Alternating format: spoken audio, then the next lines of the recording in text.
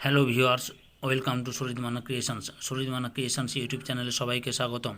আশা করি তৃতীয় শ্রেণীর ছাত্রছাত্রী এবং বন্ধু তোমরা সকলে বর্তমান পরিস্থিতিতে ভালো ও সুস্থ আছো। আমি এই ভিডিওতে যে বিষয়টি তুলে ধরছি সেটি হচ্ছে 2021 সেপ্টেম্বর মাসের মডেল অ্যাক্টিভিটি টাস্ক পার্ট 6 দেওয়া হয়েছে। সেই পার্ট 6-এর তৃতীয় শ্রেণীর প্রথম ভাষা বাংলার প্রশ্নের উত্তরগুলো আলোচনা করছি। তোমাদের কাছে অনুরোধ, তোমরা ভিডিওটি না টেনে সম্পূর্ণ দেখো। আর যারা আমার চ্যানেলে নতুন তারা তাড়াতাড়ি আমার চ্যানেলটিকে সাবস্ক্রাইব করে ডান দিকে বেল আইকন অল অপশানে গিয়ে প্রেস করো, যাতে পরবর্তী ভিডিও নোটিফিকেশন পাও। সঙ্গে লাইক, কমেন্ট এবং ভিডিওটি শেয়ার করো। একে দাগে নিচের প্রশ্নগুলি উত্তর দাও। প্রতিটি প্রশ্নের মান 2। একে দাগে মোট 9টি প্রশ্ন রয়েছে, তাই 9 যুক্ত গুণিতক 2 সমান 18, টোটাল 18 নম্বর প্রশ্ন। একের দাগে হচ্ছে 9টি প্রশ্ন রয়েছে। 2-এর দাগে নিচের প্রশ্নগুলির উত্তর নিজের ভাষায় লেখো। প্রতিটি প্রশ্নের মান 3। 2-এর দাগে মোট 7টি প্রশ্ন রয়েছে। 3-এর দাগে নিচের প্রশ্নগুলির উত্তর দাও। প্রতিটি প্রশ্নের মান 1। 3-এর দাগে 3টি প্রশ্ন রয়েছে। আবার 3-এর দাগে তিনের দাগে বর্ণ বিশ্লেষণ করো 3টি। আবার 3-এর 4-এর দাগে নিচের শব্দগুলি কী কী বর্ণ দিয়ে তৈরি, এটাও 4টি রয়েছে। তোমরা প্রশ্নগুলি দেখলে, এবার উত্তরগুলি আলোচনা করছি, তোমরা ভিডিওটি দেখো। 1.1-এর দাগের প্রশ্ন, গাঁয়ের লোক হাঁপ ছেড়ে বাঁচল।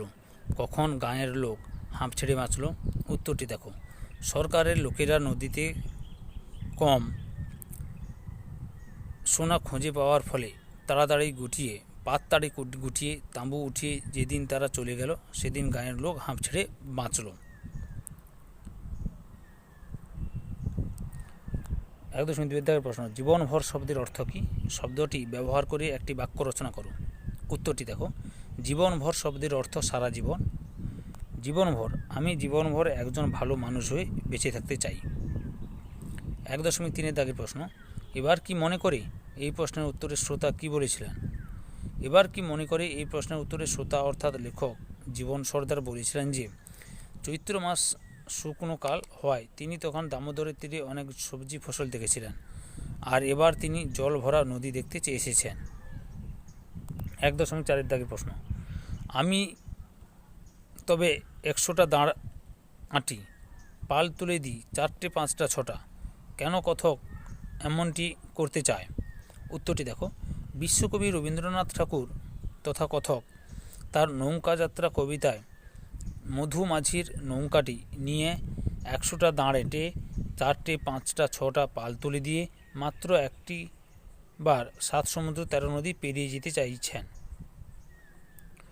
এরপরে 1.5-এর দাগের প্রশ্ন, সেক্সট্যান্ট এর কাজ কী? উত্তরটি দেখো। যে যন্ত্রের সাহায্যে সূর্য ও অন্যান্য নক্ষত্রের কৌণিক উচ্চতা মাপা হয় তার নাম সেক্সট্যান্ট। পর্যটক ও অভিযাত্রীদের কাছে দিক নির্ণয়ের জন্য এটি অত্যাবশ্যকীয় যন্ত্র। 1.6-এর দাগের প্রশ্ন, পর্যটন কবিতায় মহেশ দাসের গন্তব্য কোথায়? উত্তরটি হলো, কবি নীরেন্দ্রনাথ চক্রবর্তী লেখা পর্যটন কবিতায় মহেশ দাস ভর দুপুরে ধুলো উড়িয়ে সান্টাফে যাচ্ছেন। 1.7-এর দাগের প্রশ্ন, এমনকি বুড়ো লোকের উপকারে ও আসত গাছেরা কীভাবে বুড়ো লোকের উপকারে আসতো? উত্তরটি দেখো। গাছেরা কেন চলাফেরা করে না? গল্পে বুড়ো লোকের নানা উপকারে আসতো গাছেরা, তার জন্য বুড়ো লোককে গাছের ডালে চড়তে হতো। তারপর গাছেরাই তাকে নিরাপদ স্থানে পৌঁছে দিত। এমনকি সেই বুড়ো লোকটি যেখানেই যেতে চাইতো, গাছ সেখানে তাকে পৌঁছে দিত। 1.8-এর দাগের প্রশ্ন, শানুর বাবাই বলেছিল কথাটা কি? উত্তরটি হলো, কার্তিক ঘোষের লেখা জুঁই ফুলের রুমাল গল্পে শানুর বাবা বলেছিলেন যে মল্লিক বাবুদের বাগানে আকাশ ছোঁয়া বাড়ি উঠবে, গাছপালা পুকুর আর কিছু থাকবে না, সব শহর হয়ে যাবে। 1.9-এর দাগের প্রশ্ন, তাল গাছ কেবলই তাদের ডাকে, তাল গাছ কাদের ডাকে? উত্তরটি দেখো। অবনীন্দ্রনাথ ঠাকুরের লেখা সাথী গল্পে তাল গাছ উড়ন্ত বালকদের কেবলই তার পাতা নেড়ে ডাকে, এছাড়া তাল গাছ শরতের মেঘকে ডাকে। 2.1-এর দাগের প্রশ্ন, সংস্কৃতের দিদিমণি নাম রেখেছেন নদীমাতৃকা, কেন তিনি এমন নাম রেখেছেন? উত্তরটি দেখো। গৌরী ধর্মপালের লেখা সোনা গল্পে সংস্কৃতের দিদিমণি সোনার নাম রেখেছেন নদীমাতৃকা।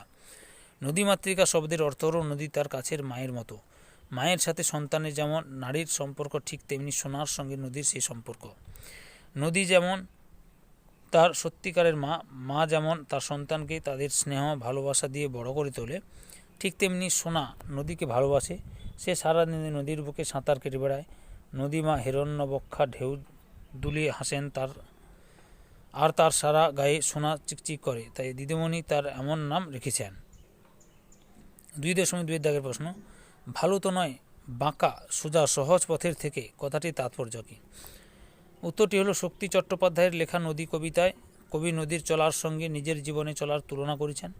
নদী কখনো সোজা যায় না, সব সময় বাঁকা পথে যায়। যদি নদী সোজা যেত তাহলে কবি ও নদীর সাথে যেত। কবির মতে বাঁকা পথ সোজা ও সহজ পথের থেকে ভালো নয়।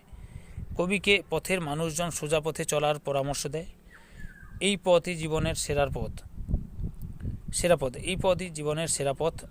সেই পথ থেকে বিচ্যুত হওয়া একদম উচিত নয়।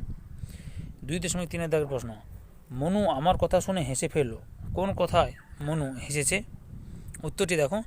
জীবন সর্দারের লেখা নদীর তীরে একা গল্পে লেখক যখন মনু মাঝিকে বলেছিলেন, দামোদরের চরে ওই যে আসানসোল থেকে আদ্রা যাবার লাইনে দামোদরের উপর দামোদর স্টেশন, সেখানে নদী খুব চওড়া, তবে জল নেই, তার চড়ায় চখা দেখেছি, কাঁদা খোঁচা দেখেছি, মেছো বক দেখেছি। এই কথা শুনে মনু হেসেছে।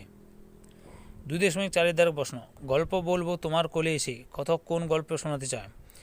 উত্তরটি হলো বিশ্বকবি রবীন্দ্রনাথ ঠাকুরের লেখা নৌকাযাত্রা কবিতায় কথক অর্থাৎ কবি নিজে শ্যাম ও আশুকে সঙ্গে নিয়ে 7 সমুদ্র 13 নদী পারে পাড়ি দিতে যান। তাদের নৌকা ভোরবেলা ছাড়বে, দেখতে দেখতে তাদের নৌকা অনেক দূরে ভেসে যাবে।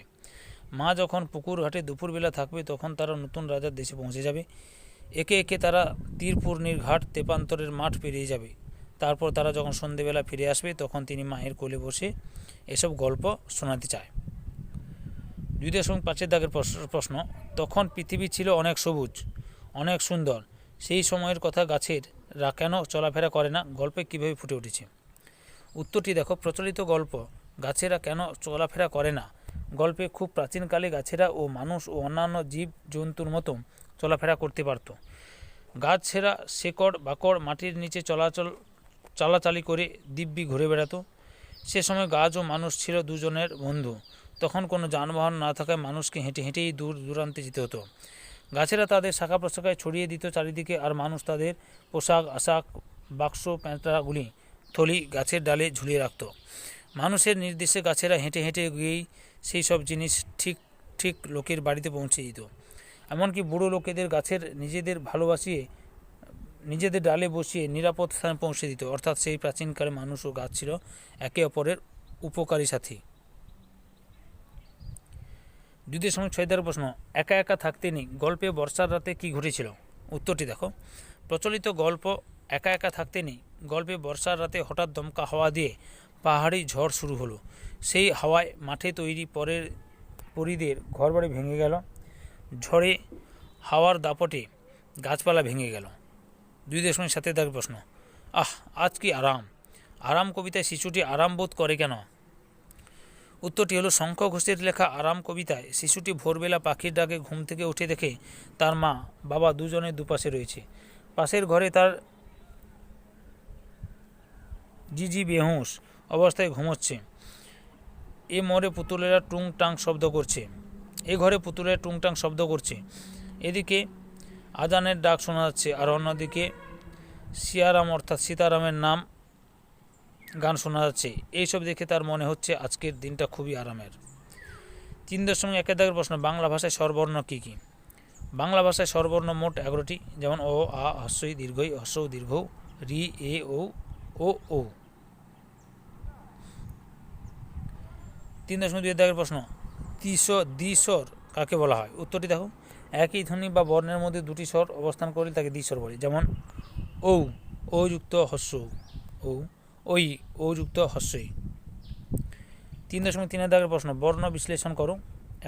3.1 আকাঙ্ক্ষা, আ যুক্ত কয় হসন্ত যুক্ত আ যুক্ত ম যুক্ত কয় হসন্ত যুক্ত মূর্ধন্যশয় হসন্ত যুক্ত আ, এই কয়েকটি বর্ণ মিলে আকাঙ্ক্ষা।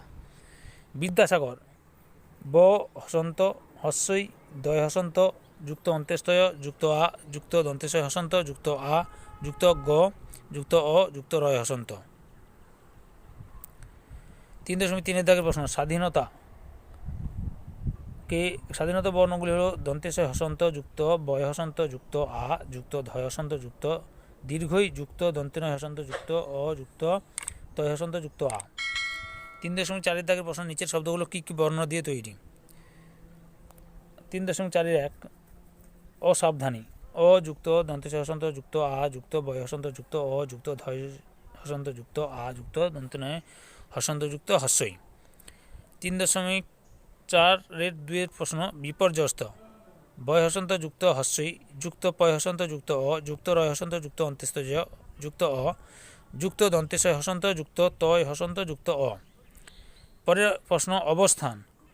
অ যুক্ত বয় হসন্ত যুক্ত অ যুক্ত দন্তেশয় হসন্ত যুক্ত থয় হসন্ত যুক্ত আ যুক্ত দন্তেন হসন্ত। লাস্ট প্রশ্ন হচ্ছে সমুদ্র। দন্তেশয় হসন্ত যুক্ত অ যুক্ত ময় হসন্ত যুক্ত হস্য যুক্ত দয় হসন্ত যুক্ত রয় হসন্ত যুক্ত অ।